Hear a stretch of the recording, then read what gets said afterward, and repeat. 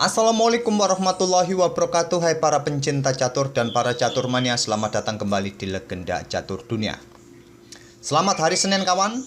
Kemarin biasanya di hari Minggu saya kasih ulasan game dari turnamen mingguan Rapid Chess Championship yang ada di chess.com. Tapi karena kemarin momennya berbarengan dengan babak-babak akhir SEA Games ataupun Grand Chess Tour kawan, jadi saya tidak sempat untuk mengulasnya. Jadi hari ini saya akan kasih ulasannya kawan.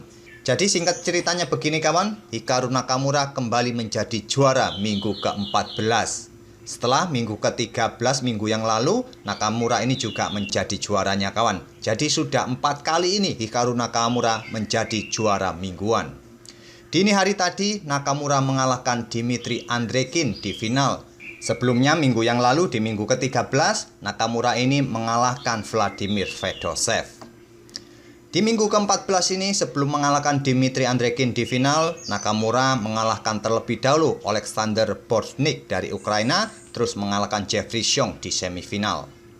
Dan tentu saja kita akan ulas permainan Nakamura ini kawan di babak final bertemu dengan Andreikin. Langsung kita ke atas papan dan game yang saya pilih ini adalah game kedua. Pada game pertama dalam permainan rapid 10 menit kawan, mereka bermain remis dan ini merupakan game blitz 3 menit increment 2 detik. Nakamura pegang putih. Dalam permainan blitz seperti ini, tentu Nakamura merupakan pemain unggulan kawan karena jago blitz. Latihannya setiap hari dengan para penggemarnya di live streamingnya atau di kanal Twitch-nya. Di sini Nakamura pegang putih mengawali dengan pion E4, Dmitry Andreikin pion E5, kuda F3 dan Andreikin tidak memainkan kuda C6-nya kawan, menantang permainan Italia atau Ruy Lopez. Petrov defense dimainkan oleh Andreikin, kuda F6. Dan Nakamura memilih variasi klasikal kuda pukul pion E5, pion D6 dan Nakamura tidak melanjutkan main line dari Petrov defense variasi klasikal dengan kuda F3, memilih variasi Martinovsky dengan kuda mundur ke D3. Kelanjutan variasi klasikal atau variasi mainline adalah kuda mundur ke F3 dan kuda hitam akan ambil pion putih E4. Selanjutnya di sini pion D4, pion D5, gajah berkembang ke peta D3, gajah berkembang ke peta D6, E7 ataupun gajah F5 juga bisa dilanjutkan oleh hitam, kuda C6 juga bisa dimainkan oleh hitam. Itulah kelanjutan dari variasi mainline klasikal kawan. Di sini tadi Nakamura memilih variasi Martinovsky dengan kuda mundur ke D3 dan hitam ambil pion yang ada di peta E4 ini, menteri maju ke E2. Ingin mendapatkan kuda hitam kawan, posisi kuda kena pin sekarang. Jangan sekali-sekali kalian mempick up kuda ini dengan pion D5 ataupun pion F5. Karena di langkah berikutnya pion F3 akan dimainkan dan kuda kalian bisa tewas. Dmitry Andreikin membackup kudanya juga memblokade pin-pinan dengan menteri di peta E7. Dan Nakamura melangkah kuda ke F4, kuda C6 lanjut Andreikin, kuda ke D5 mengancam menteri. Andreikin juga membuat ancaman bagi menteri putih dengan kuda D4. Artinya kedua pemain menantang pertukaran menteri di langkah ke-7 di awal-awal permainan seperti ini. Diterima oleh Nakamura, kuda pukul menteri hitam, Andreikin juga pukul menteri putih, dan Nakamura pukul balik kuda hitam. Tidak melanjutkan langkah kuda ambil gajah kawan karena kuda hitam juga bisa mendapatkan gajah putih di peta C1. Nakamura memilih untuk melanjutkan pengembangan gajah sekaligus tempo ambil kuda di E2, begitu juga dengan hitam. Di sini Nakamura melanjutkan pengembangan kuda C3-nya menantang pertukaran kuda diterima oleh Andreikin. Dipukul balik menggunakan pion B kawan, bukan menggunakan pion D. Apa maksud dari Nakamura ini? Karena setelah gajah terang hitam berkembang ke F5 yang sedang mengincar pion C2 ini, Nakamura bisa memblokadenya dengan pion D. Kalau sekarang tadi kawan pada posisi ini memukul balik menggunakan pion D, maka setelah gajah berkembang ke peta ini untuk mengancam pion ini, ya mungkin pilihan yang logis berikutnya adalah menantang pertukaran gajah terang ini kawan. Jadi memukul balik menggunakan pion B berharap juga nantinya diagonal gelap ini akan terbuka bagi gajah gelap ini kawan.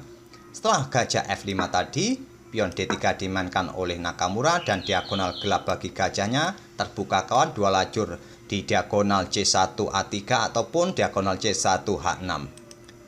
Gajah F6 lanjut Andreikin mengincar pion, di backup dengan gajah di D2 oleh Nakamura Di sini Andrikin memilih untuk rokade panjang.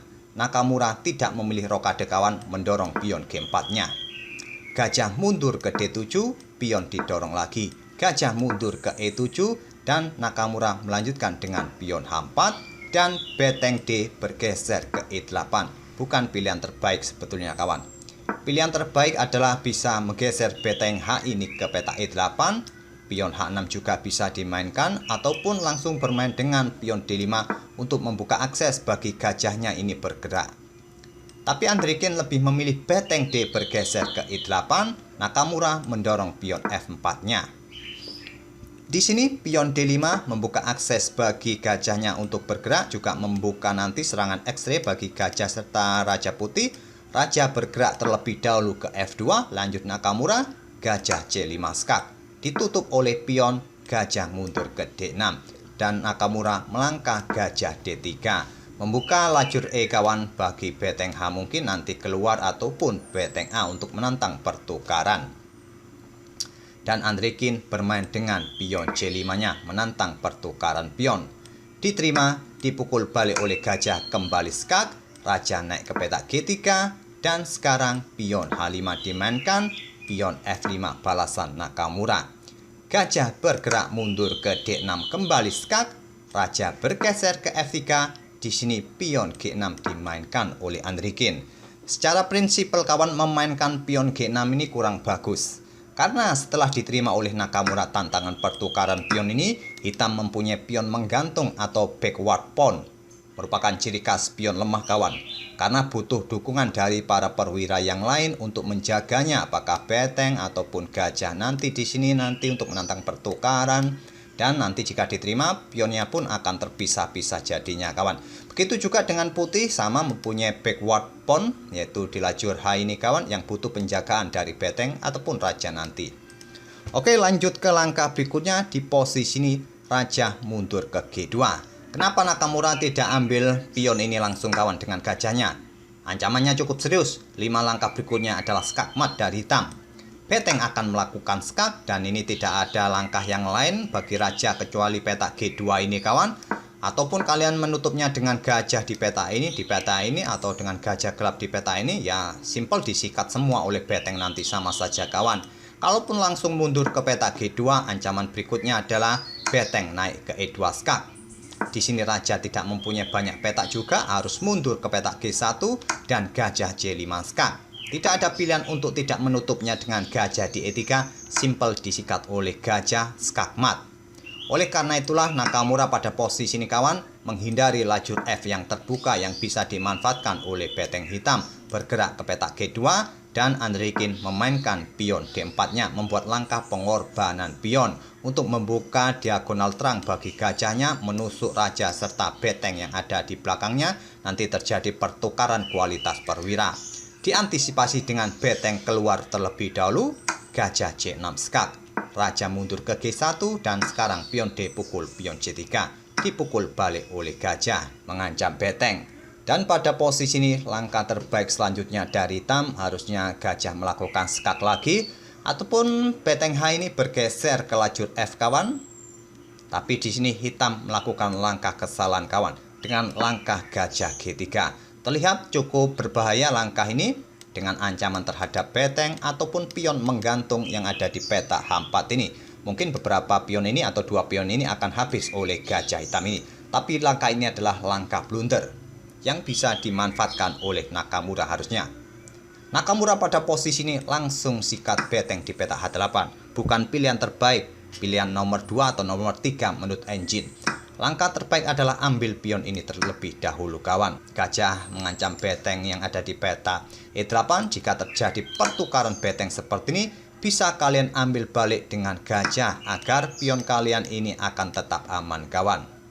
Dan mungkin dilanjut dengan gajah mundur ke peta E5 ataupun yang lain, bertukar gajah pun tak ada masalah, masih bisa dipukul oleh beteng, pion kalian aman dan mempunyai 1 pion bebas di lajur G. Nakamura memilih untuk ambil gajah terlebih dahulu dan di sini gajah ambil beteng putih di peta E1. Berharap nanti ya gajah bisa melanjutkan perjalanannya untuk ambil pion-pion putih kawan.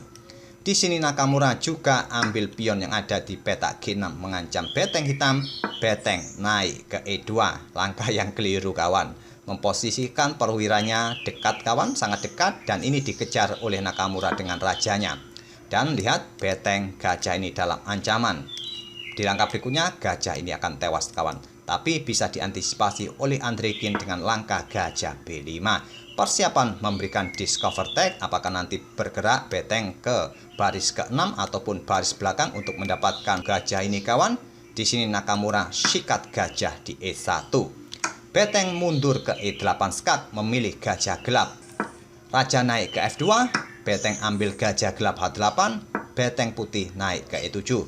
Tapi posisinya sudah sangat bagus putih kawan, sudah menempati baris ke-7 pertahanan hitam. Sangat merepotkan, raja hitam sudah tidak bisa melintas untuk naik lagi kawan. Ataupun nanti beteng ini siap untuk digeser membantu gajahnya untuk ambil pion hitam ini, bisa jadi menantang pertukaran beteng.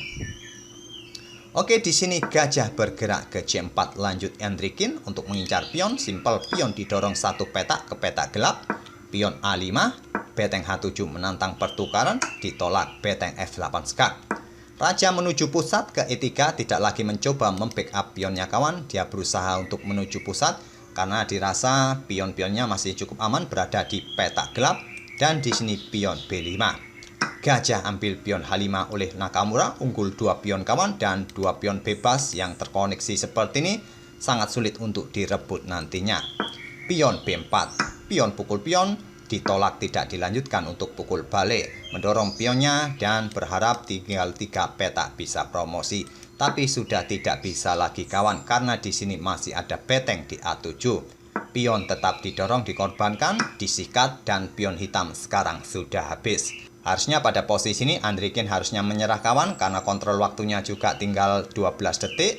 Nakamura masih mempunyai 39 dengan increment 2 detik, jadi posisi kemenangan masih didapatkan oleh Nakamura.